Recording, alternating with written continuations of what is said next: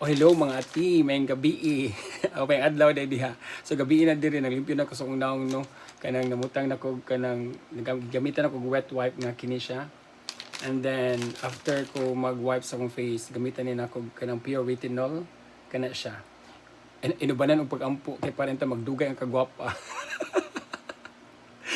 Ati, kanang shout out lang ko ba sa mga tao nga kanabitang bag-o lang na promote sa work, be it supervisory na level or managerial na level, unya dako na gikausaban kanang la wa na mauti na may mga behavior nga dapat mo usbon no because need good sa imuhang kanang work, pero nasa gyud mga behavior nga feel nimo na usab pero wa na mao.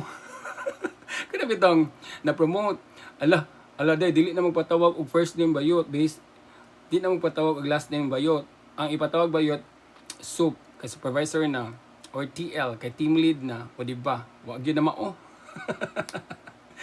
Ati kanang mga promotions ti nga maabot sa atong kinabuhi kanang kuan na siya kanang it comes with perks. Unya dapat thankful ta, grateful ta.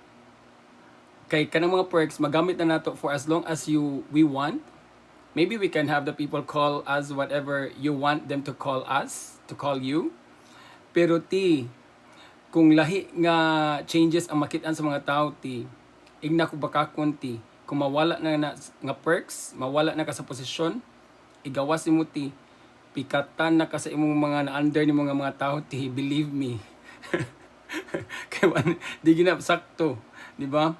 So kung natin maabot nga opportunity no ma-achieve, kung unsay ganahan natin ma-achieve, kung nay mga promotions nga nakuha nato, we have to be very thankful, we have to be very grateful.